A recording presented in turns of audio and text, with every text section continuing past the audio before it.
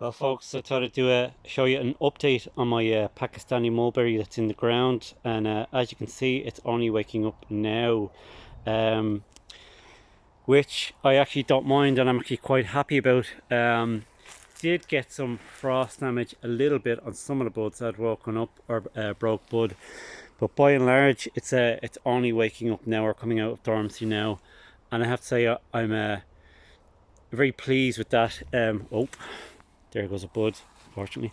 Um, why am I happy about that? Well, last year broke bud or broke dormancy really early. In fact, I was looking at my videos and pictures from last year, and we're actually a full month or over a month behind last year. This tree was actually at this stage during the year last year looked like this, which is my king white, which I've showed you a few times, and it had its berries out just like this, and was ready to rock. Unfortunately, it was just too early in the season for it, and a lot of the berries dropped off, and I reckon that was to do with the cold nights. This year, however, it's a different story, because as I said, it's just only waking up now.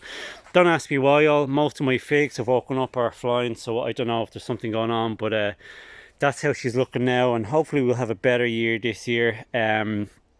As I said, last year's berries dropped, or most of them dropped, so I got to taste a few of them, not a lot.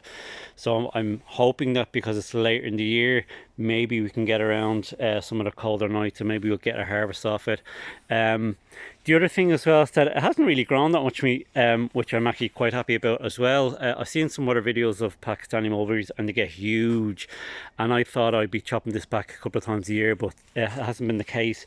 And I reckon that with mulberries like this, they don't grow as fast or as vigorous in our climate compared to other climates, because we're quite cool. We've quite cool summers here, even though it's in the polytunnel.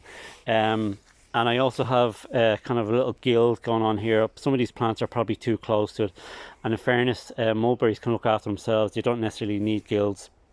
I have lovage. I think I thought this was Alexander in the last video. Yarrow, comfrey, and I stuck in some little sage in there. There is some facility coming up here, which I don't mind, but I can just chop all that back. What I don't mind having them being there is that they keep the soil from drying out too much. The soil in this is just turned to dust here, which is not good, although the figs don't seem to mind.